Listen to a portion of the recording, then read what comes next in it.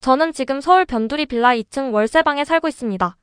방 2칸에 화장실 하나, 월세가 35만 원이죠. 창문을 열면 바로 앞 건물 벽이 보이고 아침마다 아래층에서 올라오는 된장찌개 냄새로 잠을 깨곤 했습니다. 제 이름은 박순덕, 올해 64살입니다. 5년 전만 해도 저는 이런 곳에 살 거라고는 상상도 못했습니다.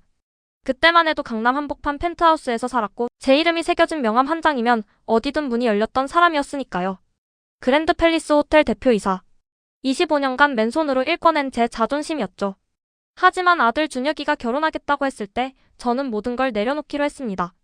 며느리 미라는 처음 만났을 때부터 뭔가 낯설었습니다. 너무 공손했거든요. 제 손을 꼭 잡고 어머님 하면서 잘 모시겠다고 평생 효도하겠다고 그렇게 말하더군요. 그런데 그 눈빛이 왠지 차가웠습니다. 웃는 입꼬리와 눈빛의 온도가 달랐달까요? 하지만 아들이 좋아하니까 저는 그냥 믿기로 했습니다. 결혼식 날 미라의 친정어머니가 제게 다가와서 말했습니다. 사돈 되셨네요. 우리 딸 잘 부탁드려요. 그러면서 저를 위아래로 훑어보는 시선이 묘했습니다. 마치 저를 평가하듯이요. 그때 살짝 불편했지만 그냥 넘어갔습니다. 결혼식이란 게 다 그런 거니까요. 문제는 결혼하고 석 달쯤 지나서부터였습니다. 명절에 우리 집에 온 미라가 아주 자연스럽게 제게 말했습니다. 어머니 설거지 부탁드려요. 손님들 많으니까 제가 상 차리고 어머니는 뒤에서 설거지 좀 해주세요. 처음엔 당연한 줄 알았습니다. 며느리가 손님 접대하는 동안 시어머니가 뒷정리하는 게 이상한 일도 아니니까요. 그런데 그날 저는 부엌에서 5시간을 서 있었습니다. 설거지가 끝나도 나오지 말라고 하더군요. 손님들 앞에서 어머니가 나오시면 제가 뭘 하는 것처럼 보인대요. 그러니까 손님들 다 가실 때까지 부엌에 계시라고요. 저는 그때 처음으로 이상하다고 느꼈습니다. 그 뒤로 미라는 저를 아예 집안 행사에서 배제하기 시작했습니다. 손주 돌잔치 때도 어머니는 그냥 집에 계세요. 사람 많으면 피곤하시잖아요 하면서 초대조차 안 했습니다. 제가 억지로 가겠다고 하니까 그제야 마지못해 구석자리 하나를 내주더군요. 제 손주 돌잔치였는데 말입니다. 아들 준혁이는 그런 걸 몰랐습니다. 아니 모른 척했다고 해야 맞겠네요. 제가 한두 번 얘기하면 엄마 미라가 워낙 바빠서 그래요.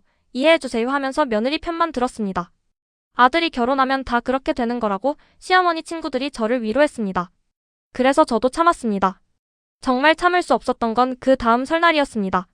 미라가 제 앞으로 걸어와서는 손에 봉투 하나를 쥐어주더군요. 어머니 이거 쓰세요. 얼마냐고 물었더니 5만 원이래요. 용돈이라면서요. 저는 그 돈을 받으면서 손이 떨렸습니다. 5만 원. 제가 한 달 호텔 운영비로 쓰던 돈이 억 단위였는데 며느리가 저한테 5만 원을 용돈이라고 주는 겁니다. 그런데 더 기가 막힌 건 그 다음에 한 말이었습니다. 어머니 요즘 폐지값이 좋대요. 시간 나시면 폐지 주우러 다니세요. 운동도 되고 용돈도 되고 일석이조잖아요. 저는 그 말을 듣는 순간 귀를 의심했습니다. 며느리가 시어머니한테 폐지나 주우라고 하는 겁니다. 아들한테 따졌습니다. 준혁아, 내 마누라가 나한테 방금 뭐라고 했는지 아니? 그랬더니 아들이 뭐라고 했는지 아십니까?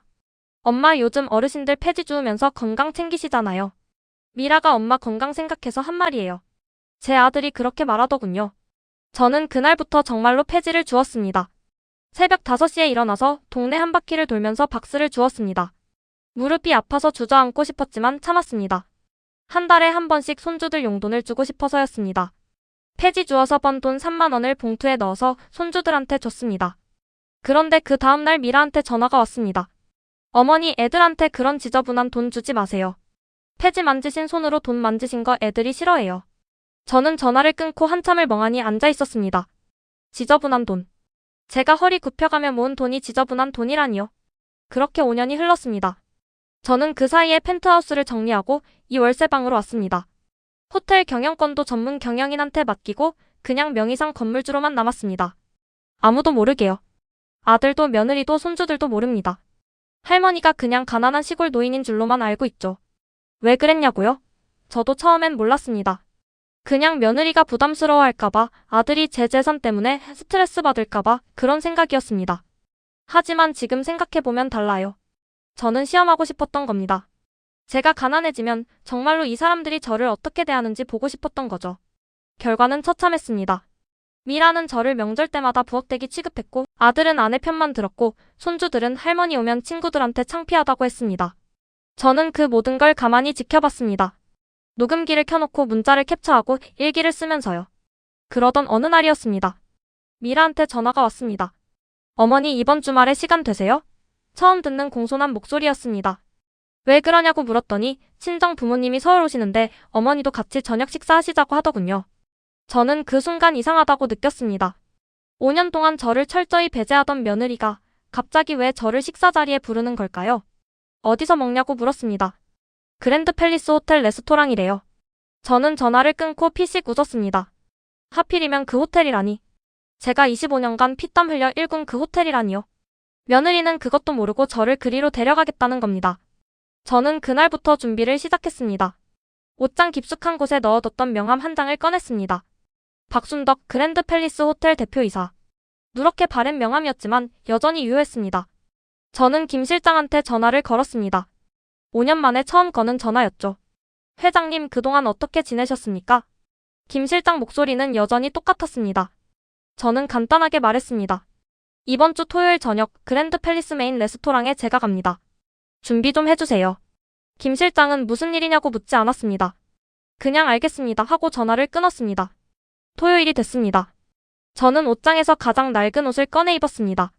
10년 된 검정 블라우스에 색이 바랜 회색 치마. 머리는 대충 묶고 화장도 안 했습니다. 거울을 보니 정말 폐지 줍는 할머니 같더군요. 완벽했습니다. 미라가 차를 가지고 왔습니다. 빌라 앞에서 경적을 울리면서 어서 타시라고 손짓했습니다. 저는 천천히 걸어가서 뒷자리에 탔습니다. 조수석엔 아들 준혁이가 앉아 있었고 뒷자리 양옆엔 손주 서연이와 지훈이가 앉아 있었습니다. 할머니 옷이 왜 그래요? 손녀 서연이가 코를 찡그리며 말했습니다. 미라가 백미러로 저를 흘끔 보더니 조용히 하라고 서연이를 타일렀습니다. 괜찮다, 할머니 옷이 좀 오래됐지 하고 제가 웃으며 말했지만 아무도 대꾸하지 않았습니다. 차는 강남 쪽으로 달렸습니다. 그랜드 팰리스 호텔이 점점 가까워졌습니다. 25층짜리 하얀 건물이 햇빛을 받아 반짝이고 있었습니다. 제가 밤을 새워가며 설계도를 검토하고 몇 번이나 은행 문턱을 닳도록 드나들며 대출을 받아서 지은 그 건물. 5년 만에 다시 보니 감회가 새로웠습니다. 주차장에 차를 세우고 우리는 로비로 들어갔습니다. 높은 천장의 샹들리에가 영롱하게 빛나고 대리석 바닥이 구두 소리를 반사시켰습니다. 로비 한가운데 분수대에서는 물줄기가 쏟아올랐습니다. 제가 이탈리아에서 직접 공수해온 대리석 분수대였죠. 미라 친정 식구들은 이미 레스토랑에 앉아 있었습니다. 친정어머니, 친정아버지, 그리고 오빠 부부까지. 네 식구가 커다란 원탁에 앉아서 저를 기다리고 있었습니다. 미라가 저를 소개했습니다. 저희 시어머니세요. 혼자 월세방에 사시는데 오늘 제가 모시고 나왔어요. 미라 친정어머니가 저를 위아래로 후어보더니 아이고 사돈 어르신 고생이 많으시네요 하고 말했습니다. 그 눈빛에 동정이 가득했습니다. 미라 친정아버지는 미라 어깨를 두드리며 우리 딸이 효녀네하고 칭찬했습니다. 미라는 수줍게 웃으면서 당연한 일한 것뿐이에요 하고 대답했습니다. 저는 그 광경을 가만히 지켜봤습니다. 아, 그래서 저를 여기 데려온 거구나. 친정 부모님 앞에서 효녀 행세를 하려고. 가난한 시어머니를 명품 호텔에 데려와서 내가 얼마나 착한 며느리인지 보여주려고. 저는 속으로 피식 웃었지만 겉으로는 그냥 고개만 끄덕였습니다. 식사가 시작됐습니다. 미라는 저를 위해 고기를 잘라주고 물을 따라주고 계속해서 어머니 이거 드세요, 저거 드세요 하면서 친절을 떨었습니다. 친정 식구들은 미라를 보며 감탄했습니다. 정말 효부네요. 요즘 같은 세상에 저런 며느리가 어디 있어요. 저는 그 소리를 들으며 천천히 식사를 했습니다. 그때였습니다. 제 핸드백 안에서 핸드폰이 진동했습니다. 김 실장한테서 온 문자였습니다. 준비 완료했습니다. 언제든지 신호 주십시오. 저는 핸드폰을 다시 가방에 넣고 조용히 식사를 계속했습니다. 아직은 아니었습니다. 조금 더 기다려야 했죠. 식사가 끝나갈 무렵 미라 친정어머니가 말했습니다. 사돈 어르신 건강은 어떠세요? 저는 괜찮다고 폐지도 주우면서 운동하고 있다고 대답했습니다. 그러자 미라가 황급히 말을 가로막았습니다. 어머니 그런 말씀 하지 마세요. 미라 얼굴이 살짝 붉어졌습니다. 창피한 모양이었습니다. 저는 그 순간을 기다렸습니다. 천천히 가방에서 낡은 명함 한 장을 꺼냈습니다. 그랜드 팰리스 호텔 대표이사 박순덕. 명함을 손가락으로 만지작거리면서 저는 미라를 똑바로 쳐다봤습니다. 며느리 이제 진실을 알려줄 때가 된 것 같구나. 며느리 미라가 저를 처음 만난 건 아들 결혼식 석 달 전이었습니다. 그때 미라는 제 손을 잡고 어머님, 어머님 하며 눈물까지 글썽이더라고요. 저는 그 모습이 그렇게 예뻐 보일 수가 없었습니다. 준혁이가 35까지 혼자 지내다가 겨우 만난 사람이라 저는 며느리가 누가 됐든 감사하게 받아들이려고 했었죠. 결혼식 날 미라 친정에서 온 하객들이 호텔 로비를 가득 메웠습니다. 미라 아버지가 제 손을 덥석 잡으며 말했죠. 사돈님, 우리 애가 철이 없어서 걱정입니다. 잘 부탁드립니다. 그때 저는 전혀 몰랐습니다. 그 공손한 말투 뒤에 숨겨진 계산을요. 신혼집은 준혁이가 마련한 잠실 아파트였습니다. 30평짜리 깔끔한 집이었죠. 저는 일부러 한 달에 한 번만 들렀습니다. 며느리한테 시어머니가 부담스러울 수 있으니까요. 그런데 어느 날 깜짝 방문을 했다가 현관문을 열자마자 미라의 목소리가 들렸습니다. 친구한테 전화하는 중이었나 봅니다. 아니 진짜 시어머니가 맨날 오려고 하니까 미치겠어. 호텔 대표 출신이라고 난리인데 지금 뭐 하시는 것도 아니잖아. 은퇴하셨으면 조용히 계시지. 저는 그 자리에서 얼어붙었습니다. 초인종을 눌렀어야 했는데 손이 움직이지 않더라고요. 미라는 계속 말을 이어갔습니다. 우리 친정엄마는 그래도 애들 봐주고 그러시는데 시어머니는 오시면 뭐 해주시는 것도 없고 그냥 앉아서 말만 많으시고. 에휴 모르겠어. 저는 조용히 현관문을 닫고 돌아섰습니다. 엘리베이터를 타고 내려오는 내내 눈물이 났지만 꾹 참았습니다. 그때부터였던 것 같습니다. 제가 조금씩 작아지기 시작한 게. 그로부터 석 달 뒤 첫 손주 서연이가 태어났습니다. 저는 병원에 달려갔습니다. 산후조리원 비용도 제가 다 냈죠. 1,000만 원이 훌쩍 넘었지만 기쁜 마음으로 계좌이체를 했습니다. 그런데 미라가 퇴원하던 날 제가 아기 옷 한 보따리를 들고 갔더니 미라가 현관문을 반쯤만 열고 말했습니다. 어머니, 저희 지금 애 적응하느라 정신없거든요. 한 달쯤 있다가 오세요. 준혁이는 옆에서 아무 말도 하지 않았습니다. 저는 가방을 현관에 내려놓고 그냥 돌아섰습니다. 엘리베이터에서 뒤돌아봤더니 준혁이가 가방을 들고 들어가고 있더군요. 제 아들이 맞나 싶었습니다. 한 달이 지나고 두 달이 지나도 연락이 없었습니다. 제가 먼저 전화를 걸면 준혁이는 항상 똑같은 말만 했습니다. 엄마 미안해요. 애가 아파서요. 애가 밤에 안 자서요. 미라가 힘들어해서요. 그러면서 전화를 끊었습니다. 명절이 되면 조금 달랐습니다. 미라가 직접 전화를 걸어왔죠. 어머니 명절인데 오셔야죠. 그 목소리가 왜 그렇게 차갑게 들리던지. 저는 그래도 손주 얼굴 보고 싶어서 짐을 싸서 갔습니다. 첫 번째 명절 때였습니다. 아파트에 도착하니 미라 친정 식구들이 거실을 가득 채우고 있더라고요. 미라 엄마, 아빠, 오빠 내외 조카들까지. 저는 인사를 했습니다. 안녕하세요, 처음 뵙겠습니다. 그런데 미라 엄마가 저를 위아래로 후어보고는 이렇게 말했습니다. 아이고, 사돈님 오셨어요? 우리 미라가 시어머니 모시느라 고생이 많다고 하던데요. 저는 그 말이 무슨 뜻인지 몰라서 어리둥절했습니다. 고생이라니요? 제가 뭘 시킨 적이 있나요? 그런데 미라가 제 팔을 잡으며 부엌으로 끌고 가더라고요. 어머니, 설거지 좀 도와주세요.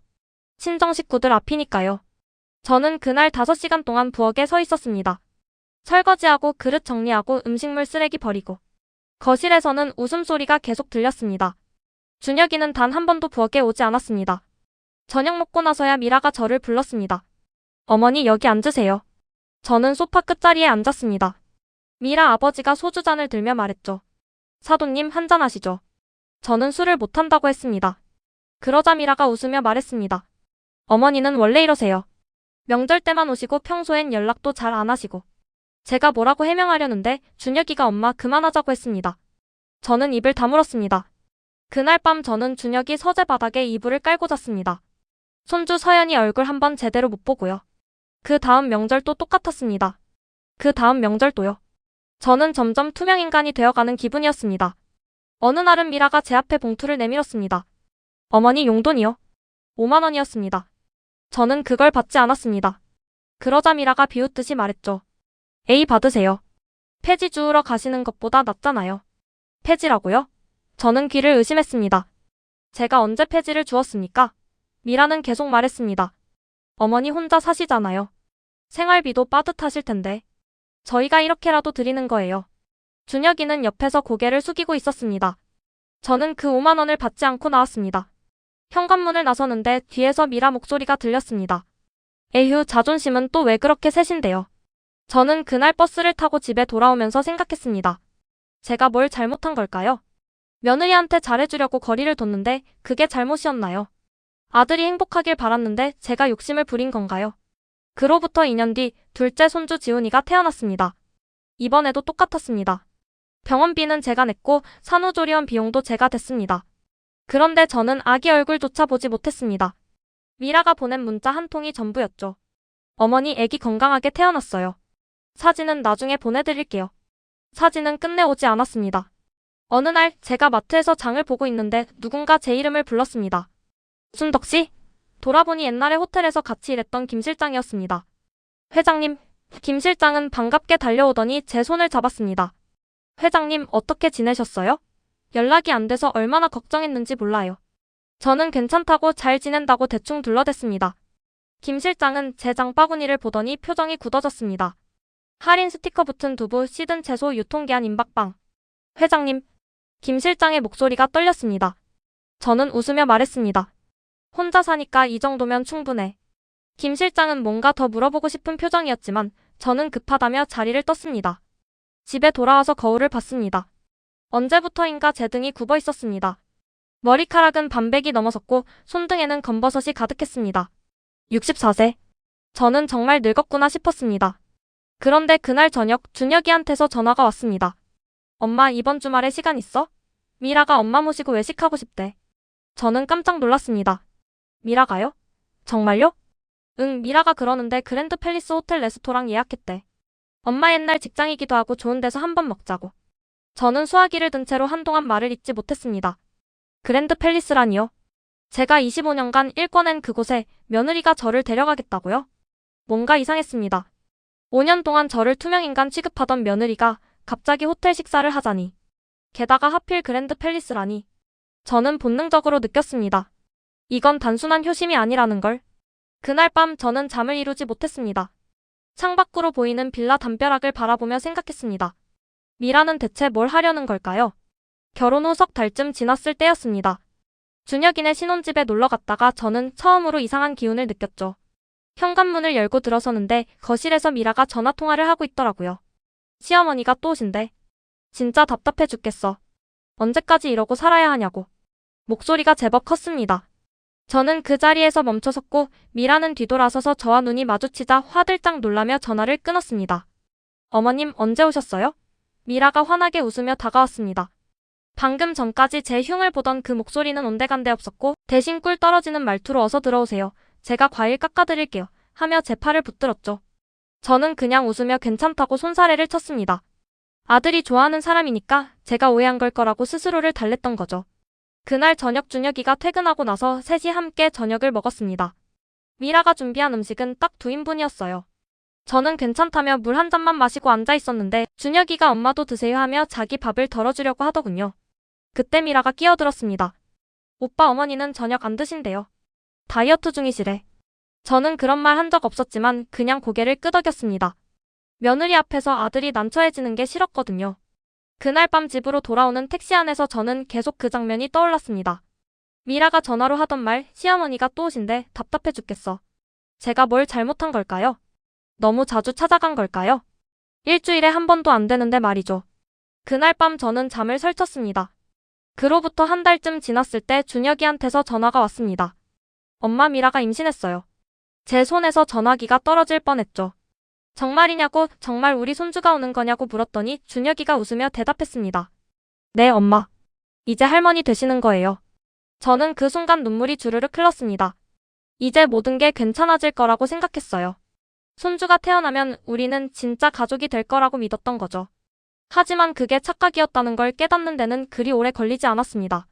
미라가 임신 5개월쯤 됐을 때 제가 산후조리원을 알아봐 주겠다고 했더니 차갑게 말하더군요. 어머니, 그런 건 신경 안 쓰셔도 돼요. 저희가 알아서 할게요. 그리고는 바로 말을 이었습니다. 그나저나 어머니, 요즘 생활비는 어떻게 하세요? 제가 당황해서 그냥 연금으로 살고 있다고 했더니 미라가 휴대폰을 만지작거리며 말했죠. 아, 그래도 되시는구나. 전 어머니 혼자 사시니까 힘드실까봐 걱정했어요. 그 말투에 담긴 묘한 가시를 저는 느꼈습니다. 걱정이 아니라 확인이었던 거죠. 제가 정말 돈 없이 사는지 아들한테 손 벌릴 처지인지를 확인하고 싶었던 겁니다. 저는 그냥 웃으며 넘겼지만 가슴 한편이 서늘했습니다. 손녀 서연이가 태어난 날은 제 인생에서 가장 기쁜 날 중 하나였습니다. 분만실 앞에서 기다리다가 간호사가 나와서 건강한 여자아이라고 말했을 때 저는 그 자리에서 주저앉아 울었습니다. 준혁이가 제 어깨를 감싸 안으며 엄마, 이제 할머니세요 하고 속삭였죠. 저는 고개를 끄덕이며 빨리 손주 보고 싶다고 했습니다. 하지만 병실에 들어가려는데 미라 어머니가 문 앞을 막아섰습니다. 사돈댁, 미라가 지금 너무 피곤해하니까 내일 오세요. 제가 오늘 온 게 잘못인가 싶어서 그냥 돌아섰습니다. 복도를 걸어 나오는데 뒤에서 미라 목소리가 들렸어요. 엄마, 시어머니한테는 애 안 보여줘도 돼요. 내일도 오지 말라고 하세요. 전 그 말을 듣고도 그냥 집으로 돌아왔습니다. 며느리가 산후조리 중이니까 예민할 수 있다고 스스로를 다독였던 거죠. 결국 손주를 처음 본 건 태어나고 일주일 뒤였습니다. 준혁이가 아기 사진을 문자로 보내주길래 제가 보고 싶다고 했더니 그제야 집에 오라고 하더군요. 설레는 마음으로 백화점에 들러 아기 옷을 잔뜩 사들고 갔습니다. 현관문을 열고 들어서는데 미라가 소파에 앉아 있었고 시어머니 오셨어요? 하는 말투가 마치 남의 집에 온 손님 대하듯 차가웠습니다. 손주는 어디 있냐고 물었더니 자고 있다며 쉿 소리를 내더군요. 저는 한참을 기다렸습니다. 1시간, 2시간. 아기는 깨지 않았고 미라는 계속 휴대폰만 들여다보고 있었죠. 제가 조심스럽게 잠깐만 얼굴이라도 볼 수 있냐고 물었더니 미라가 고개를 들며 말했습니다. 어머니, 애 깨면 또 재우기 힘들어요. 다음에 오세요. 저는 그날 산 아기 옷들을 현관에 두고 나왔습니다. 엘리베이터를 타고 내려오는데 눈물이 났어요. 제 손주인데, 제 친손주인데 왜 저는 얼굴 한번 보는 게 이렇게 어려운 걸까요? 그 뒤로 상황은 점점 더 나빠졌습니다. 명절 때 준혁이네 집에 가면 미라는 저를 부엌에 세워두고 설거지만 시켰어요. 다른 가족들은 거실에서 TV 보며 웃고 떠드는데 저만 싱크대 앞에서 그릇을 닦았습니다. 준혁이가 엄마도 나와서 쉬세요 하면 미라가 끼어들었죠. 오빠, 어머니가 설거지 하신다는데 왜 말려요? 어머니 혼자 계시면 심심하잖아요. 손주 서연이 첫 돌 때는 아예 초대도 안 했습니다. 준혁이한테 전화했더니 미라가 조촐하게 하고 싶어 한다며 돌잔치는 안 한다고 하더군요. 그런데 나중에 준혁이 회사 동료한테서 우연히 들었습니다. 준혁이네가 강남 호텔에서 성대하게 돌잔치 했다고요. 하객이 100명도 넘었다고 하더군요. 저는 그 말을 듣고도 아들한테 따져 묻지 못했습니다. 며느리와 아들 사이를 갈라놓고 싶지 않았거든요. 그렇게 2년이 흘렀습니다. 그 사이 둘째 손자 지훈이도 태어났지만 저는 여전히 한 달에 한 번 볼까 말까 했죠. 갈 때마다 미라는 저를 점점 더 노골적으로 무시했습니다. 제가 손주들한테 줄 용돈을 봉투에 넣어가면 미라가 받아들고는 고맙다는 말도 없이 가방에 쑤셔 넣었어요. 한 번은 그 돈으로 뭘 샀냐고 물었더니 대답도 안 하더군요.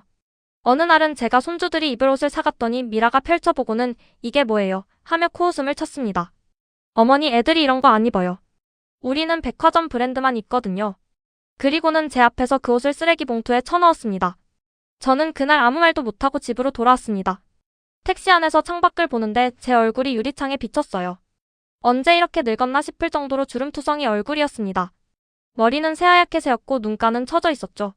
저는 그때 문득 생각했습니다. 내가 왜 이렇게 살고 있나?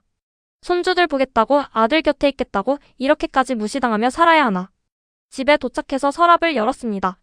거기에는 오래된 명함 한 장이 있었어요. 그랜드 팰리스 호텔 대표이사 박순덕. 25년 전 제가 맨손으로 시작해서 읽어낸 그 호텔의 명함이었습니다. 저는 그 명함을 오랫동안 들여다봤습니다. 이 사람이 나였는데 이 당당했던 사람이 언제 이렇게 작아졌나 싶었죠. 그날 밤 저는 결심했습니다. 더는 참지 않기로요. 며느리가 어떻게 나오든 아들이 뭐라고 하든 이제는 제가 누구인지 보여줘야겠다고 생각했습니다. 그리고 조용히 전화기를 들어 오래전 번호를 눌렀습니다. 김 실장, 나야. 내일 당장 만나자. 이제 움직일 때가 됐어. 그날 저녁 집에 돌아와서도 미라의 그 목소리가 귓가에 맴돌았습니다. 시어머니가 또 오신대. 진짜 답답해 죽겠어. 저는 침대에 누워 천장만 바라봤죠. 그때까지만 해도 저는 며느리가 적응하는 시간이 필요한 거라고 스스로를 위로했습니다. 누구나 시댁 식구와 어색한 시기가 있는 법이니까요. 하지만 그게 시작이었습니다. 그 뒤로 미라는 점점 본색을 드러내기 시작했거든요. 명절 때 저를 부엌에 혼자 세워두고 설거지만 시켰고 준혁이가 어머니 좀 쉬시라고 하면 저 괜찮아요. 어머니가 해주시겠대요 하며 웃었습니다. 준혁이 앞에서는 효부 연기를 했지만 아들이 자리를 비우면 저한테 차가운 물티슈를 던지며 손 좀 닦고 만지세요. 그릇에 기름기 그대로잖아요 하고 쏘아붙였죠. 손주 서연이가 태어났을 때 저는 산후조리원까지 매일 찾아갔습니다. 갓 태어난 손주를 보는 게 그렇게 행복할 수가 없더라고요. 하지만 미라는 제가 아기를 안으려고 하면 어머니 손 좀 씻고 오세요. 아기 피부가 약해서요 하며 가로막았습니다. 저는 화장실 가서 손을 5번도 더 씻고 나왔지만 그래도 미라는 제품에 아기를 안겨주지 않았습니다. 산후조리원 2주차쯤 됐을 때였나요? 미라 친정어머니가 오셨더라고요. 그분은 들어오시자마자 아기를 안고 이리 봐라 우리 강아지 할미 왔다 하며 연신볼을 비볐습니다. 손도 안 씻었는데 말이죠. 저는 그 모습을 창문 너머로 지켜봤습니다. 복도 의자에 앉아서요. 준혁이가 어머니 왜 여기 계세요? 들어가시지 하고 물었지만 저는 그냥 바람 좀 쉬려고 하며 웃어넘겼습니다. 그 무렵부터였던 것 같아요. 제가 호텔 일을 점점 손에서 놓기 시작한 게 사실 저는 회사 경영에서 손을 떼려고 준비하던 중이었습니다. 준혁이한테 물려주려고요. 아들이 이제 가정도 꾸렸으니 대를 이어서 호텔을 맡기고 싶었거든요. 그래서 저는 조금씩 이사회 권한을 넘기고 아들한테 경영 노하우를 가르치기 시작했습니다. 그런데 미라가 그걸 알았는지 어느 날 준혁이한테 이렇게 말하더라고요. 여보, 어머니 혼자 그 큰 집에서 사시는 거 불편하시대요. 우리 좀 더 작은 데로 옮기시라고 할까요? 준혁이는 그러게 엄마 연세도 있으신데 관리하기 힘드실 거야 하며 고개를 끄덕였습니다. 저는 그 말을 우연히 전화통화로 듣게 됐죠. 준혁이가 저한테 전화하려다가 잘못 눌러서 스피커폰이 켜진 채로 미라랑 대화하는 게 들렸던 겁니다. 며칠 뒤 준혁이가 저한테 조심스럽게 말을 꺼냈습니다. 엄마, 펜트하우스 유지비도 많이 나가시잖아요. 좀 더 아담한 데로 옮기시는 게 어때요? 저는 그때 알았죠. 미라가 준혁이 귀에 뭘 불어넣고 있다는 걸. 하지만 저는 아들 앞에서 티 내고 싶지 않았습니다. 그래, 생각해볼게 하고 넘어갔죠. 그런데 한 달 뒤 미라가 제 앞에 직접 나타났습니다. 어머니, 제가 괜찮은 매물 알아봤어요. 강남은 아닌데 교통 편하고 조용한 동네예요. 미라가 내민 부동산 매물 사진을 보니 변두리 빌라였습니다. 방 2칸에 월세 35만 원. 저는 그 순간 뭔가 이상하다는 생각이 들었지만 준혁이 얼굴이 떠올라서 참았습니다. 결국 저는 펜트하우스를 정리했습니다. 아들한테 명의를 넘기고 저는 미라가 알아본 그 빌라로 이사를 갔죠. 이사 당일 준혁이는 회사 일이 있다며 오지도 않았고 미라는 짐 정리 도와드릴게요 하며 따라왔지만 내내 핸드폰만 들여다봤습니다. 저는 박스를 하나씩 풀면서 제 인생이 이렇게 작은 방 안에 다 들어가는구나 싶었습니다. 그날 밤 처음으로 그 좁은 방에서 잠을 청했습니다. 천장이 낮아서 답답했고 옆집에서 텔레비전 소리가 벽을 타고 그대로 들렸죠. 저는 이불을 뒤집어쓰고 눈물을 흘렸습니다. 25년간 일궈온 제자리가 이렇게 허무하게 무너지는구나 싶었거든요. 한 달쯤 지났을 때 미라가 빌라로 찾아왔습니다. 손에는 마트 봉지를 들고 있었는데 어머니 이거 드시라고요 하며 내민 게 라면 몇 개하고 김치 반찬통이었습니다. 저는 고맙다고 받았지만 미라는 그 좁은 방 안을 둘러보더니 어머니 여기서 뭐하고 사세요? 심심하시겠어요 하며 웃었습니다. 그 웃음이 동정인지 비웃음인지 저는 알 수 없었습니다. 다음날 저는 집 근처 공원을 산책하다가 폐지를 줍는 할머니들을 봤습니다. 리어카를 끌고 골목골목을 다니며 박스를 모으는 모습이요. 그때 저는 문득 생각했습니다. 나도 이제 저렇게 살아야 하나. 손주들 용돈이라도 쥐어주려면 뭐라도 해야 하는 거 아닌가. 그래서 저는 다음 날부터 폐지를 줍기 시작했습니다. 새벽 5시에 일어나서 동네를 돌았죠. 처음엔 쪽팔렸습니다. 그랜드 팰리스 호텔 대표이사 출신이 폐지를 줍고 있다니. 누가 보면 뭐라고 할까 싶어서 모자를 푹 눌러쓰고 다녔습니다. 한 달 뒤 손주 서연이 생일이었습니다.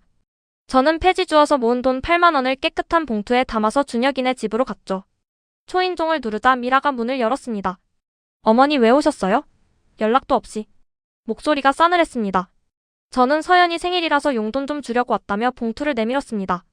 미라는 봉투를 받아들더니 어머니 이거 어디서 난 돈이에요?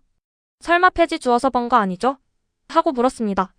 저는 당황해서 그냥 모아둔 거라고 둘러댔지만 미라는 제 손을 보더니 손에 박스 자국 있네요 하며 코웃음을 쳤습니다. 그리고는 그 봉투를 그대로 거실 휴지통에 던져버렸습니다. 어머니 이런 지저분한 돈 우리 애한테 주지 마세요. 저희가 알아서 할게요. 저는 그 순간 눈앞이 캄캄했습니다.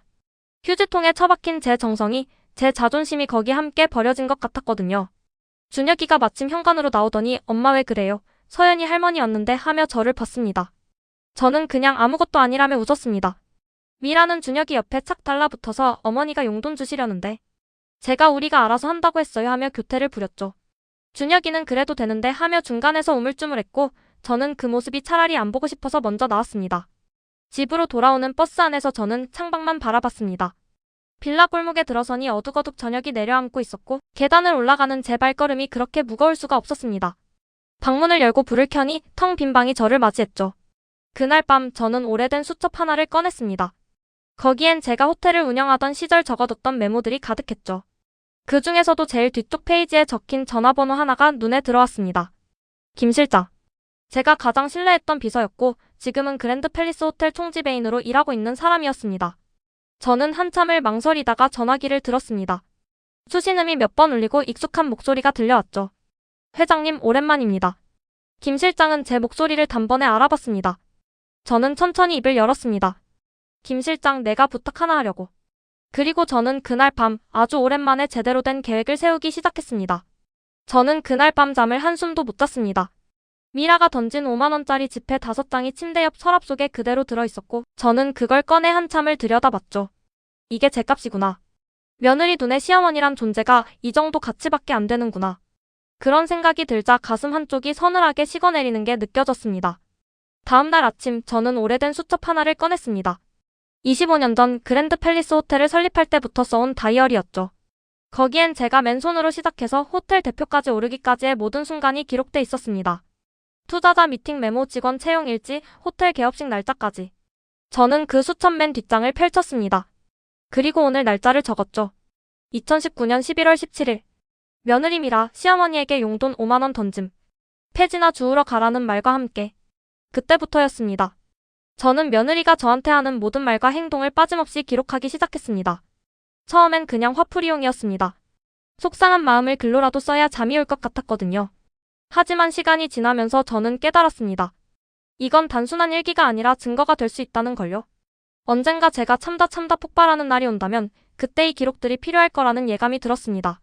명절이 다가왔습니다. 설날이었죠. 미라는 며칠 전부터 전화로 저한테 말했습니다. 어머님, 올해는 친정 부모님이랑 같이 명절 보내기로 했어요. 어머님은 집에서 편히 쉬세요. 저는 괜찮다고 손주들 얼굴이라도 보고 싶다고 했지만 미라는 단호했습니다. 애들이 시끄러워서 어머님 힘드실 거예요. 나중에 따로 뵈러 갈게요. 설날 아침 저는 혼자 떡국을 끓여 먹었습니다.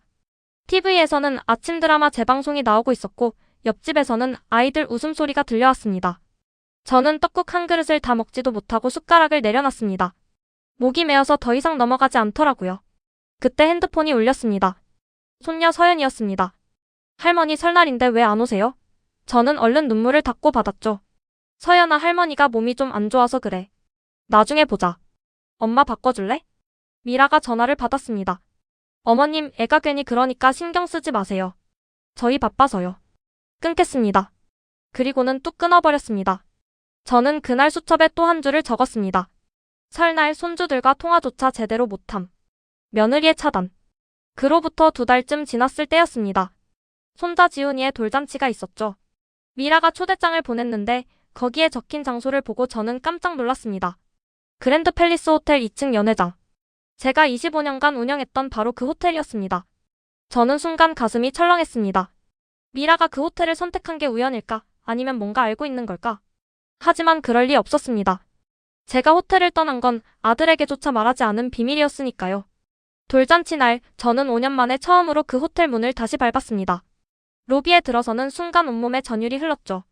샹들리에는 여전히 그 자리에 빛나고 있었고 대리석 바닥은 제가 매일 아침 점검하던 그대로였습니다. 프런트 직원들은 저를 알아보지 못했습니다. 당연하죠. 저는 이제 낡은 코트에 싸구려 핸드백을 든 초라한 노인일 뿐이었으니까요. 연회장으로 올라가는 엘리베이터 안에서 저는 거울에 비친 제 모습을 봤습니다. 주름이 가득한 얼굴, 허리가 굽은 자세, 손등의 기미. 5년 전 이 엘리베이터를 타고 다닐 때의 제 모습과는 너무나 달랐습니다. 그때는 맞춤 정장에 진주 목걸이를 하고 직원들이 고개 숙여 인사하던 사람이었는데 말이죠. 연회장 문을 열고 들어갔습니다. 미라가 입구에서 손님들을 맞이하고 있었고 저를 보다 표정이 살짝 굳었습니다. 어머님 오셨어요. 여기 구석자리에 앉아 계세요. 사람들 많으니까 조용히 계시고요. 저는 고개를 끄덕이고 구석 테이블로 갔습니다. 거기엔 이미 다른 어르신 몇 분이 앉아 계셨죠. 아마 미라 친정 쪽 친척들인 것 같았습니다. 식사가 시작됐습니다. 미라는 메인 테이블에 앉아서 손님들과 환하게 웃으며 이야기를 나누고 있었고 준혁이는 지훈이를 안고 여기저기 인사를 다니고 있었습니다. 저는 그 모습을 멀리서 바라보며 샐러드를 집어먹었습니다. 옆자리 할머니가 저한테 물었습니다. 어느 쪽 친척이세요? 저는 대답했죠. 신랑 어머니입니다. 그러자 할머니가 놀란 표정으로 말했습니다. 어머, 신랑 어머니가 왜 여기 구석에 앉아 계세요? 그 말이 채 끝나기도 전에 미라가 다가왔습니다. 어머님 괜찮으시죠? 여기가 조용해서 좋으시잖아요. 그리고는 옆 할머니한테 웃으며 말했습니다. 저희 시어머니는 사람 많은데 불편해하세요. 조용한 데가 편하시대요. 저는 그 순간 미라의 눈빛을 똑똑히 봤습니다. 거기엔 연민도 존중도 없었습니다. 그저 귀찮은 짐을 치워둔 사람의 안도감만이 있었죠. 돌잔치가 끝나고 사람들이 하나둘 떠나기 시작했습니다. 저는 준혁이한테 다가가서 말했습니다. 준혁아, 엄마가 지훈이 안아봐도 될까? 준혁이는 잠깐 망설이다가 지훈이를 제 품에 안겨줬습니다. 저는 손자를 안고 한참을 바라봤죠. 이 아이는 제 얼굴도 제대로 모를 겁니다. 1년에 몇 번 보지도 못하는 할머니니까요. 그때였습니다. 미라가 다가와서 차갑게 말했습니다. 어머님, 애 무거워요. 저줘요. 그리고는 제 품에서 지훈이를 낚아채듯 가져갔습니다. 저는 순간 무언가가 뚝 끊어지는 느낌이 들었습니다. 참아왔던 5년간의 모든 순간들이 주마등처럼 스쳐 지나갔죠. 폐지 주우러 가라던 말, 명절 때마다 부엌에 세워뒀던 일, 손주들 만나지 못하게 막았던 순간들. 저는 조용히 핸드백을 열었습니다. 그리고 그 안에서 낡은 명함 한 장을 꺼냈죠. 그랜드 팰리스 호텔 대표이사 박순덕. 명함 모서리는 닳아있었고 글씨는 발해 있었지만 여전히 선명했습니다. 저는 그 명함을 손가락으로 천천히 쓰다듬었습니다. 미라가 물었습니다. 어머님, 그게 뭐예요? 저는 고개를 들어 며느리를 똑바로 쳐다봤습니다. 그리고 처음으로, 정말 처음으로 제 진짜 목소리로 말했습니다. 미라야, 너 지금 어디 서 있는지 아니? 미라는 어리둥절한 표정으로 대답했죠. 무슨 말씀이세요? 저는 천천히 일어섰습니다. 그리고 연회장을 둘러봤습니다. 저 샹들리에, 저 커튼, 저 벽지 하나하나가 다 제 손으로 고른 것들이었습니다. 저는 핸드폰을 꺼내 전화를 걸었습니다. 김 실장한테요. 5년 만에 전화였지만 김 실장은 첫마디에 바로 알아챘습니다. 회장님, 그동안 어디 계셨습니까? 저는 짧게 말했습니다. 김 실장, 지금 당장 2층 연회장으로 와. 그리고 직원들 전부 로비에 집합시켜. 전화를 끊자 미라가 불안한 표정으로 물었습니다. 어머님, 누구한테 전화하신 거예요? 저는 대답하지 않았습니다. 그저 명함을 테이블 위에 살짝 올려놓았을 뿐이죠. 그리고 5분 후 연회장 문이 열리면서 김 실장이 들어왔습니다. 김 실장은 저를 보자 눈시울이 붉어지며 고개를 숙였습니다. 회장님, 정말 오랜만입니다. 그 순간 연회장 안에 남아있던 모든 사람들의 시선이 저한테 쏠렸습니다. 미라의 얼굴이 하얗게 질렸고 준혁이는 입을 벌린 채 얼어붙었습니다. 저는 조용히 말했습니다. 김 실장, 5년 동안 고생 많았어. 호텔은 잘 운영됐지? 김 실장이 대답했습니다. 회장님 지시대로 모든 걸 유지했습니다. 언제든 돌아오실 수 있도록 준비돼 있습니다. 그제야 미라가 떨리는 목소리로 물었습니다. 어머님, 이게 대체 무슨 일이에요? 저는 며느리를 향해 천천히 걸어갔습니다. 그리고 그동안 한 번도 해본 적 없는 차가운 미소를 지으며 말했습니다. 미라야, 5년 동안 시어머니한테 폐지나 주우러 가라고 했지? 이제 내가 진짜 폐지 주울 차례가 온 것 같구나. 저는 그날 아침 일찍 일어나 낡은 운동화 끈을 질끈 묶었습니다. 거울 앞에 선 제 모습은 초라했죠. 20년 전에 산 점퍼에 바랜 청바지, 손등엔 세월의 흔적이 깊게 패여 있었습니다. 하지만 이상하게도 그날따라 기분이 묘했습니다. 뭔가 큰일이 벌어질 것만 같은 예감이 온몸을 감싸고 있었거든요.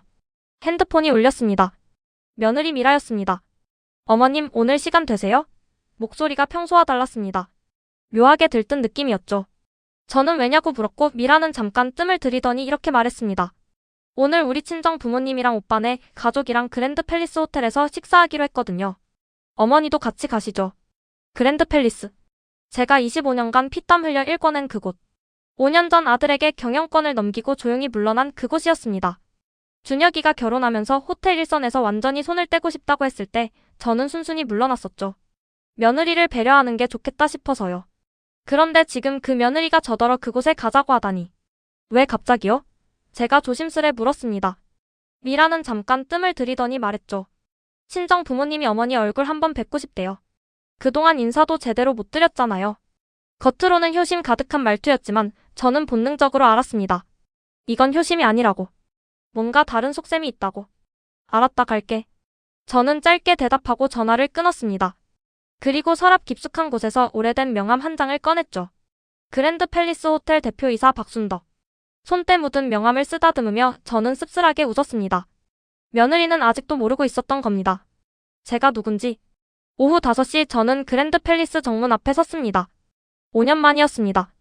현관 앞 분수대는 여전히 물줄기를 뿜어 올리고 있었고 유니폼을 입은 도어맨이 공손하게 문을 열어줬습니다. 그가 제 얼굴을 보더니 눈이 커지는 게 보였지만 저는 조용히 고개를 저으며 입술에 손가락을 갖다 댔죠. 쉿! 도어맨은 재빨리 고개를 숙이며 알겠다는 표정을 지었습니다. 로비 안쪽 레스토랑 입구에서 미라가 손을 흔들었습니다. 옆엔 준혁이가 서 있었고 그 뒤로 미라 친정 부모님과 오빠 내외, 조카 둘까지 모두 모여 있었습니다. 어머니.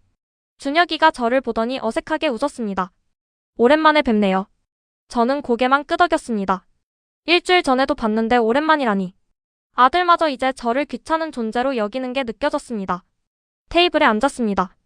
미라 친정아버지가 제 손을 덥석 잡으며 인사했습니다. 사돈 어르신, 오늘 이렇게 뵙게 돼서 영광입니다.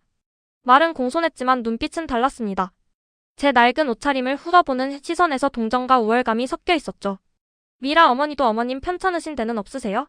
하며 물었지만 그 말투엔 진심 어린 걱정보다는 형식적인 예의만 묻어 있었습니다. 식사가 시작됐습니다. 프렌치 코스 요리가 차례로 나왔고 미라는 내내 친정 부모님께 이것저것 설명하며 분주하게 움직였습니다. 이 호텔이 서울에서 제일 유명한 곳이래요. 오빠 여기 와인 리스트 좀 봐봐. 미라의 목소리는 평소보다 한 톤 높았고 제 쪽으로는 눈길 한 번 주지 않았습니다. 그때 미라가 갑자기 제 쪽으로 몸을 돌렸습니다.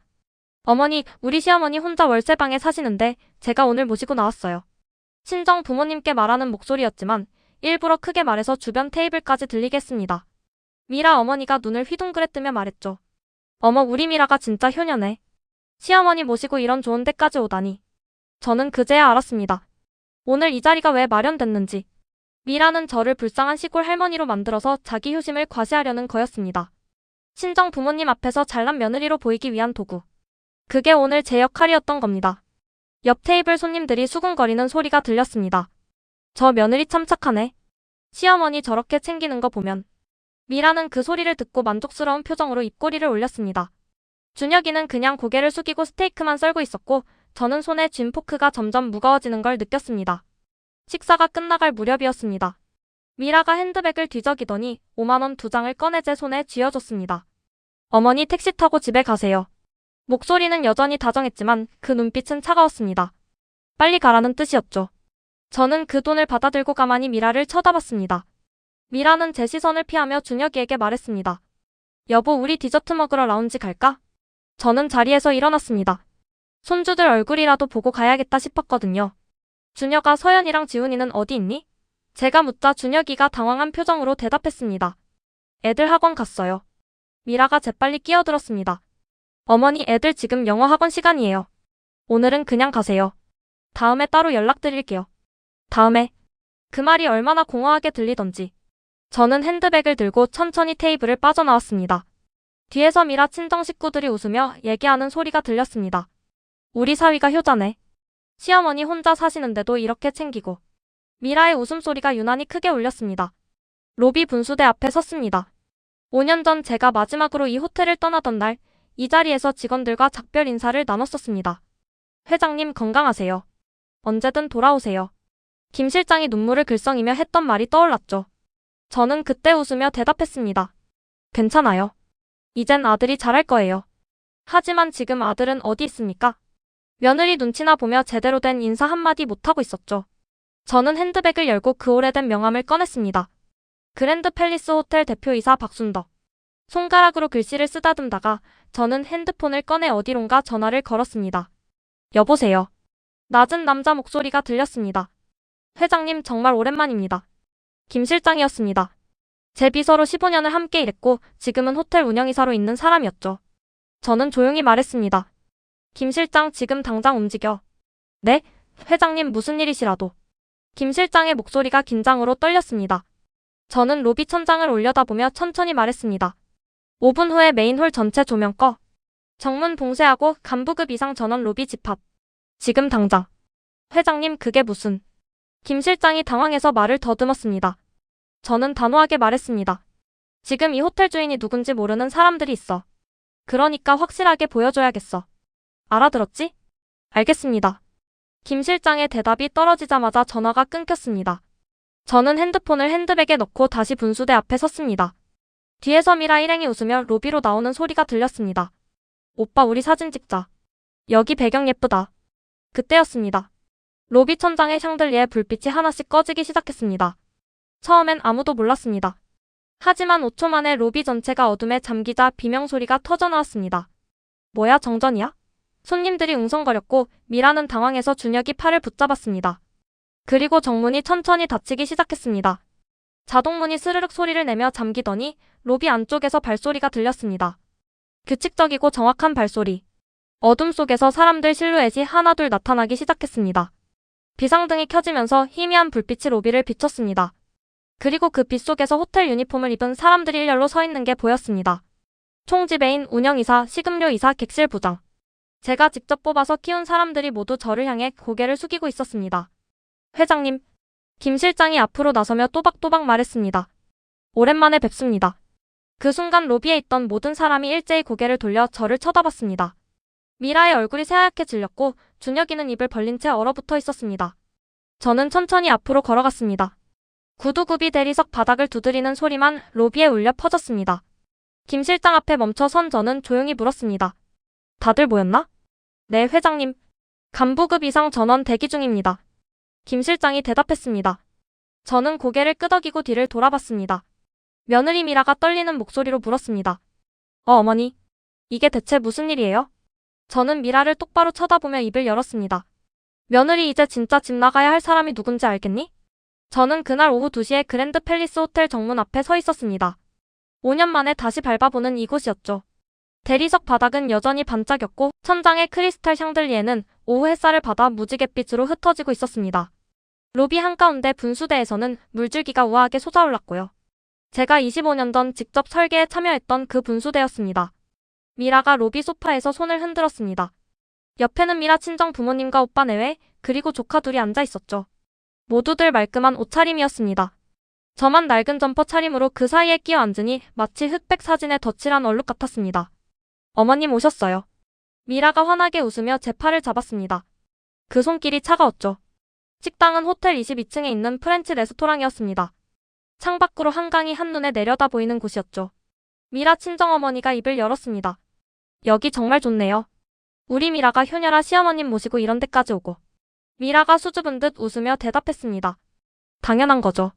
시어머니 혼자 월세방에 계시는데 가끔이라도 이렇게 모셔야죠. 그 순간 저는 알았습니다. 제가 왜 여기 불려왔는지를요. 미라는 제가 필요했던 겁니다. 불쌍한 시어머니를 명품 호텔에 데려와 밥 먹여주는 착한 며느리 역할을 하기 위한 소품으로요. 친정 식구들 앞에서 효심을 과시하기 위한 도구 말입니다. 식사가 시작됐습니다. 미라 오빠가 와인을 따르며 물었습니다. 어머님 평소엔 뭐하고 지내세요? 저는 짧게 대답했습니다. 그냥 집에 있죠. 뭐 특별한 건 없습니다. 미라가 재빨리 끼어들었습니다. 어머니 건강이 안 좋으셔서 밖에 잘 못 나가세요. 그 말에 미라 친정어머니가 안쓰러운 표정을 지으며 고개를 끄덕였죠. 저는 조용히 식사를 계속했습니다. 스테이크를 자르는데 손이 자꾸 떨렸습니다. 분노 때문이었을까요? 아니면 슬픔 때문이었을까요? 아마 둘 다였을 겁니다. 미라는 계속해서 자신이 얼마나 시어머니를 잘 모시는지 늘어놓았고 친정 식구들은 감탄사를 연발했습니다. 디저트가 나올 때쯤이었습니다. 저는 핸드백을 열었습니다. 그 안에는 오래된 명함 한 장이 들어있었죠. 모서리가 달아서 약간 구겨진 그 명함을 저는 천천히 꺼내 들었습니다. 그랜드 팰리스 호텔 대표이사 박순덕. 금박으로 새겨진 글씨가 조명 아래서 반짝였습니다. 아무도 제 손에 든 명함을 눈치채지 못했습니다. 미라는 여전히 신나게 떠들고 있었고 친정 식구들은 맞장구를 치고 있었으니까요. 저는 그 명함을 손가락으로 쓰다듬으며 생각했습니다. 이제 시간이 됐구나. 이제 끝낼 때가 됐어. 식사가 끝나고 우리는 로비로 내려왔습니다. 미라가 제게 다가와 작은 목소리로 말했습니다. 어머니 이제 집에 가세요. 택시비 드릴게요. 손에는 5만 원짜리 지폐 한 장이 들려 있었죠. 저는 그 돈을 받지 않았습니다. 대신 조용히 물었습니다. 손주들은 어디 있니? 미라의 얼굴이 굳어졌습니다. 애들 학원 갔어요. 어머니 계시면 애들이 창피해한다니까요. 제발 오늘은 그냥 가주세요. 목소리에 짜증이 묻어났습니다. 이제 친정 식구들한테 보여줄 쇼는 끝났으니 저는 더 이상 필요 없다는 뜻이었죠. 그때 아들 준혁이가 다가왔습니다. 엄마 우리 따로 연락할게요. 오늘은. 준혁이의 목소리는 작았습니다. 미안함보다는 귀찮음이 더 많이 섞인 톤이었죠. 제 아들마저 저를 부담스러워하는 게 느껴졌습니다. 저는 그 순간 결심했습니다. 더 이상 참지 않기로요. 저는 핸드백에서 핸드폰을 꺼냈습니다. 화면을 켜고 전화번호부를 열었죠. 맨 위에 저장된 이름을 눌렀습니다. 김 실장. 신호음이 2번 울린 뒤 익숙한 목소리가 들렸습니다. 회장님 오랜만입니다. 저는 로비 한가운데 서서 또박또박 말했습니다. 김 실장 지금 당장 움직여. 내 목소리가 로비에 울려 퍼졌습니다. 주변 사람들이 저를 쳐다봤죠. 미라와 준혁이도 깜짝 놀란 표정으로 저를 바라봤습니다. 그때였습니다. 천장의 샹들리에 불빛이 하나씩 꺼지기 시작했습니다. 처음엔 로비 한쪽부터 천천히, 그러다 점점 빨라지며 모든 조명이 일제히 꺼졌죠. 로비가 어둠에 잠겼습니다. 사람들이 웅성거리기 시작했고 미라가 당황한 목소리로 물었습니다. 어머니, 지금 뭐 하시는 거예요? 저는 대답하지 않았습니다. 대신 정문 쪽을 바라봤죠. 자동문이 천천히 닫히고 있었습니다. 그리고 복도 양쪽에서 직원들이 일렬로 걸어 나오기 시작했습니다. 검은색 정장을 입은 남녀 직원들이 로비 중앙으로 모여들었고 그들은 모두 저를 향해 고개를 숙였습니다. 회장님, 오랜만입니다. 한 목소리로 인사가 터져나왔습니다. 로비에 있던 모든 사람이 얼어붙었죠. 미라의 입이 떡 벌어졌고 준혁이는 제 얼굴과 직원들을 번갈아 쳐다봤습니다. 미라 친정 식구들도 무슨 일인지 몰라 어리둥절한 표정이었고요. 김 실장이 직원들 사이를 헤치고 제 앞으로 걸어왔습니다. 머리가 반쯤 센 50대 중반의 남자였죠. 그는 제 앞에서 정중하게 허리를 숙였습니다. 회장님, 지시하신 대로 모든 준비를 마쳤습니다. 언제든 말씀만 하십시오. 저는 고개를 끄덕이고 천천히 미라 쪽으로 걸어갔습니다. 미라는 뒷걸음질 치며 말했습니다. 어머니, 이게 대체 무슨... 목소리가 떨리고 있었죠. 저는 차갑게 웃으며 대답했습니다. 며느리 궁금하니? 여기가 누구 건물인지. 김 실장이 한 걸음 앞으로 나서며 설명하기 시작했습니다. 박순덕 회장님께서는 25년 전 이 그랜드 팰리스 호텔을 설립하셨습니다. 현재도 이 건물의 소유주이시며 지난 5년간은 개인 사정으로 경영 일선에서 물러나 계셨을 뿐입니다. 그의 목소리는 명확했고 로비 구석구석까지 울려 퍼졌습니다. 미라의 얼굴이 새하얗게 질렸습니다. 친정어머니가 떨리는 목소리로 물었습니다. 그럼 사돈께서 여기 주인이시란 말씀입니까? 저는 고개를 끄덕였습니다. 그리고 천천히 말을 이었습니다. 5년 전 아들이 결혼한다고 해서 저는 모든 걸 내려놓기로 했습니다. 경영권도 넘기고 집도 정리하고 조용히 살려고 했죠. 며느리가 부담스러워할까 봐요. 준혁이가 떨리는 목소리로 물었습니다. 엄마, 그럼 그동안 월세방에서 사신 건? 저는 아들을 바라봤습니다. 네가 평범하게 살기를 바랐어. 재벌 집아들이 아니라 그냥 평범한 가정을 꾸리길 원했단다. 그래서 일부러 모든 걸 숨겼지. 미라가 무릎을 꿇었습니다.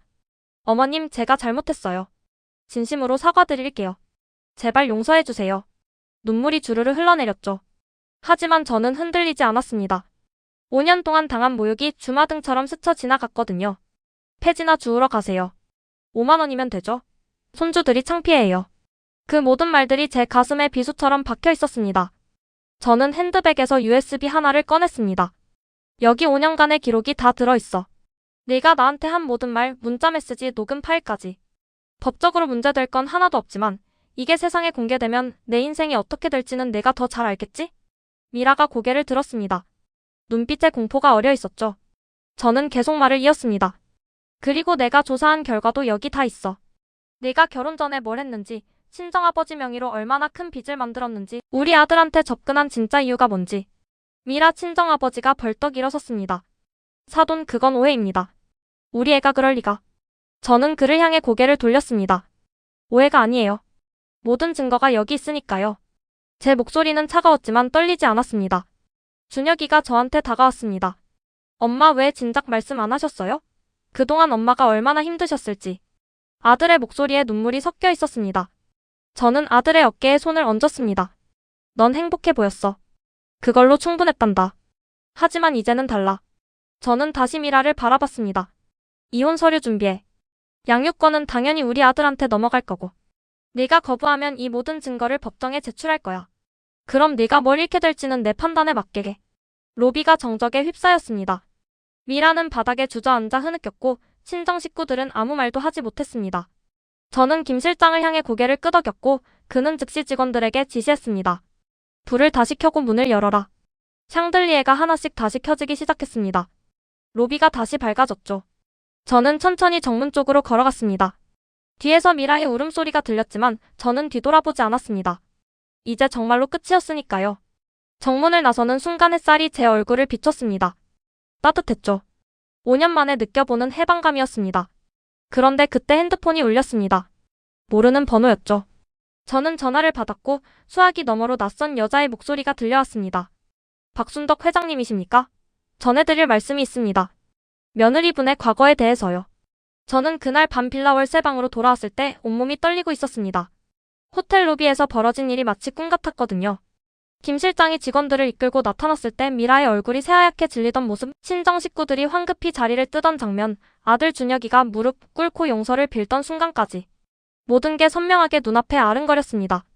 손이 떨려서 열쇠를 문에 꽂는 것조차 힘들었죠.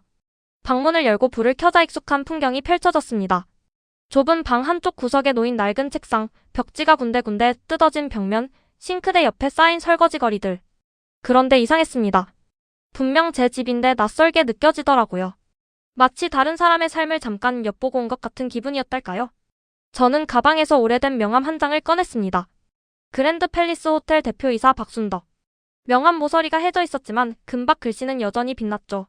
5년 전 제가 모든 걸 내려놓을 때 단 한 장만 남겨뒀던 명함이었습니다. 왜 남겨뒀는지 그땐 저도 몰랐는데 이제야 알 것 같았습니다. 언젠가 다시 이 이름을 꺼내들 날이 올 거라는 걸 본능적으로 알고 있었던 거죠. 핸드폰이 울렸습니다. 김 실장이었습니다. 회장님, 내일 오전 10시에 이사회 긴급회의가 소집됐습니다. 참석하시겠습니까? 목소리가 떨리고 있었어요. 김 실장은 제가 호텔을 떠날 때부터 지금까지 묵묵히 자리를 지켜온 사람이었습니다. 저는 잠시 말없이 명함을 내려다보다가 조용히 대답했습니다. 가겠네. 준비해두게. 전화를 끊고 나자 또다시 핸드폰이 울렸습니다. 이번엔 아들 준혁이었죠. 엄마. 목소리가 갈라져 있었습니다. 저는 받지 않았습니다. 아직 아들과 마주할 준비가 안 됐거든요. 5년간 저를 외면했던 그 아이를, 며느리 편만 들었던 그 아이를 어떻게 대해야 할지 솔직히 모르겠더라고요. 그날 밤은 정말 길었습니다. 잠이 오지 않아서 창밖을 내다봤죠. 빌라 골목은 컴컴했고 가로등 하나만 깜빡거리고 있었습니다. 저 멀리 강남 쪽 하늘이 환하게 빛나고 있었어요. 그랜드 팰리스 호텔도 저 불빛 속 어딘가에 있겠죠. 제가 25년간 쌓아올린 것들이 여전히 저곳에서 빛나고 있다는 게 묘하게 다가왔습니다. 다음 날 아침, 저는 옷장 깊숙한 곳에서 정장 한 벌을 꺼냈습니다. 5년 전 마지막으로 입었던 옷이었죠. 먼지를 털어내고 다림질을 했습니다. 거울 앞에 섰을 때 낯선 제 모습이 보였어요. 5년간 폐지 줍고 월세방에서 쪼그라들어 살던 모습이 아니라 예전에 호텔 복도를 당당하게 걸어다니던 그 사람의 모습이 어렴풋이 돌아오고 있었습니다. 그랜드 팰리스 호텔에 도착했을 때는 아침 9시 반이었습니다. 일부러 30분 일찍 온 거였죠. 정문으로 들어서자 직원들이 하나둘 제게 고개를 숙였습니다. 회장님, 오랜만입니다. 다들 어제 소식을 들은 모양이었어요. 저는 고개만 끄덕이고 엘리베이터로 향했습니다. 최상층 이사회실 문을 열자 긴 테이블 앞에 이사진들이 앉아 있었습니다. 모두 저를 보자마자 벌떡 일어났죠. 김 실장이 제 자리를 안내했습니다. 상석이었어요. 5년 전 제가 마지막으로 앉았던 바로 그 자리였습니다. 의자에 앉는 순간 모든 게 되살아났습니다. 25년간 이 자리에서 내렸던 수많은 결정들, 위기의 순간마다 이 테이블을 두드리며 해법을 찾았던 기억들이요. 김 실장이 자료를 펼쳤습니다.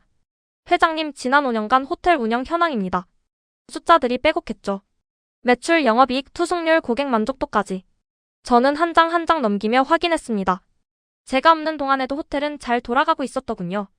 김 실장을 비롯한 경영진이 제 뜻을 이어받아 훌륭하게 지켜낸 겁니다. 그런데 마지막 장을 넘기자 이상한 항목이 눈에 띄었습니다. 미지급 배당금 내역이었죠. 제 명의로 쌓여있는 금액이 상당했습니다. 5년간 한 번도 찾지 않았던 돈이었어요. 저는 김 실장을 바라봤고 그가 조심스럽게 말했습니다. 회장님께서 지분을 포기하신 게 아니라 잠시 물러나신 것뿐이라고 판단해서 배당금은 별도로 적립해뒀습니다. 목이 메었습니다. 5년간 저를 기다려준 사람들이 있었다는 게 그렇게 고마울 수가 없었거든요. 저는 고개를 들어 이사진들을 둘러봤습니다. 그들도 모두 붉어진 눈으로 저를 바라보고 있었죠. 회장님, 돌아오셔서 감사합니다. 누군가 말했고 그 말이 회의실 안을 조용히 울렸습니다. 회의가 끝나고 저는 김 실장과 단둘이 남았습니다. 그가 봉투 하나를 건넸어요. 회장님, 이건 며느님께서 어제 두고 가신 겁니다. 봉투 안에는 편지 한 장이 들어있었죠. 미라의 글씨였습니다. 어머님, 정말 죄송합니다. 제가 너무 몰랐습니다. 용서해주세요. 글씨가 삐뚤빼뚤했어요. 급하게 쓴 티가 났죠. 저는 편지를 접어서 가방에 넣었습니다. 용서요? 그게 그렇게 쉬운 건가요? 5년간 저를 폐지 줍는 할머니 취급하고 손주들 앞에서 창피하다며 쫓아내고 명절 때마다 부엌대기로 부렸던 게 편지 한 장으로 사라지는 건가요? 저는 김 실장에게 물었습니다. 며느리가 지금 어디 있나? 그가 대답했죠. 친정으로 돌아갔다고 합니다. 준혁 기사님이 이혼 서류 준비 중이시고요. 이혼. 그 단어가 가슴을 무겁게 짓눌렀습니다. 제가 원했던 건 복수였을까요? 아니면 단지 인정받고 싶었던 걸까요? 솔직히 저도 잘 모르겠더라고요. 다만 한 가지는 확실했습니다. 저는 더 이상 며느리 눈치 보며 살고 싶지 않았고 손주들이 할머니를 부끄러워하는 모습을 보고 싶지 않았다는 거였죠. 김 실장이 조심스럽게 말했습니다. 회장님, 손주님들이 로비에서 기다리고 계십니다. 심장이 쿵 내려앉았어요. 서연이와 지훈이가 왔다고요. 저는 황급히 자리에서 일어나 로비로 내려갔습니다. 엘리베이터 문이 열리자 분수대 앞에 아이들이 서 있었습니다. 10살 서연이와 8살 지훈이. 둘 다 교복 차림이었죠. 학교 끝나고 바로 온 모양이었어요. 아이들이 저를 보자 달려왔습니다. 할머니. 목소리가 로비에 울려 퍼졌고 저는 그 자리에 주저앉아 아이들을 끌어안았습니다. 서연이가 제 어깨에 얼굴을 묻으며 물었어요. 할머니, 진짜 여기가 할머니 거예요? 아빠가 그랬어요. 할머니가 이 호텔 만든 사람이래요. 목소리가 떨리고 있었습니다. 저는 아이 머리를 쓰다듬으며 대답했죠. 그래, 할머니가 너희 엄마 뻘 나이 때 맨손으로 이룬 거란다. 지훈이가 물었어요. 그럼 왜 우리한테 말 안 했어요? 엄마가 할머니 폐지 주우러 가라고 했을 때 왜 가만히 계셨어요? 대답할 수가 없었습니다. 어떻게 8살짜리 아이한테 설명하겠어요. 할머니가 너희 엄마한테 미움받을까봐 참았다고, 너희들이라도 보고 싶어서 그 모욕을 견뎠다고 말이죠. 저는 그저 아이를 꼭 안아주는 것밖에 할 수 없었습니다. 그때 뒤에서 목소리가 들렸습니다. 엄마. 준혁이었어요. 아들이 로비 입구에 서서 저를 바라보고 있었죠. 눈이 퉁퉁 부어 있었습니다. 며칠 밤을 울었다는 게 한눈에 보였어요. 저는 천천히 일어나 아들과 마주 섰습니다. 준혁이가 무릎을 꿇었습니다. 로비 한가운데에서요.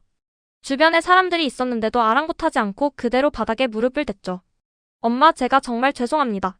5년간 제가 얼마나 바보같이 살았는지 이제야 알았어요. 목소리가 떨렸습니다. 저는 아들을 내려다봤습니다. 30 중반의 성인 남자가 사람들 앞에서 무릎 꿇고 우는 모습이 처음엔 낯설었지만 곧 이해됐습니다. 이 아이도 그동안 얼마나 괴로웠을까? 아내와 엄마 사이에서 얼마나 갈등했을까 하는 생각이 들더라고요. 저는 아들의 팔을 잡아 일으켰습니다. 일어나거라. 사람들 보는 데서 이러지 마. 준혁이가 일어서면서도 고개를 들지 못했어요. 엄마, 저 이혼하기로 했어요. 미라랑은 더 이상 못 살겠어요. 아이들은 제가 키우겠습니다. 말이 끊어질 듯 이어졌죠. 저는 아들 얼굴을 찬찬히 들여다봤습니다. 5년 전 결혼식 때 행복에 겨워 웃던 그 얼굴은 온데간데없고 지친 중년 남자의 얼굴만 남아 있었어요. 제 잘못이었습니다. 제가 미라를 제대로 보지 못했고 엄마를 지키지 못했어요. 준혁이가 또 고개를 숙였습니다. 그날 저녁 저는 준혁이와 아이들을 데리고 호텔 스위트룸으로 올라갔습니다. 김 실장이 미리 준비해둔 방이었죠. 거실이 넓게 펼쳐져 있었고 창밖으로 서울 야경이 한눈에 들어왔습니다. 서연이와 지훈이가 방방 뛰며 소리쳤어요. 할머니, 여기서 우리 같이 살아요. 저는 소파에 앉아 그 모습을 지켜봤습니다. 아이들 웃음소리가 방 안을 가득 채웠죠. 5년 만에 듣는 진짜 웃음이었습니다. 며느리 눈치 보느라 할머니 창피하다는 말 들을까봐. 억지로 짓던 그런 웃음이 아니라 진심으로 기뻐하는 웃음이었어요. 준혁이가 제 옆에 조용히 앉았습니다.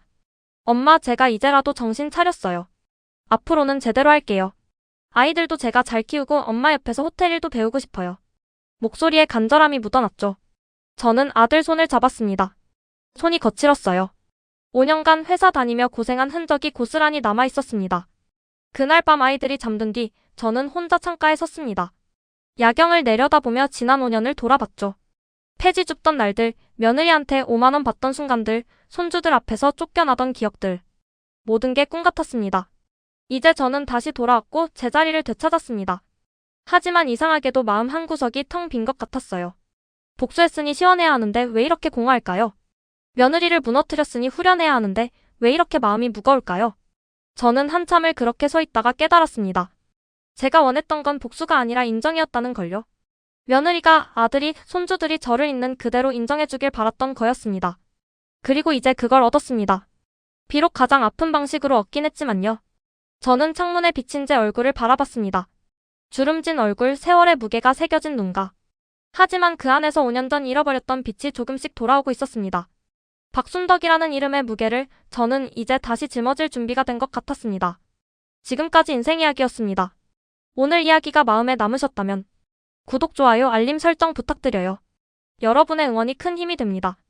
감사합니다.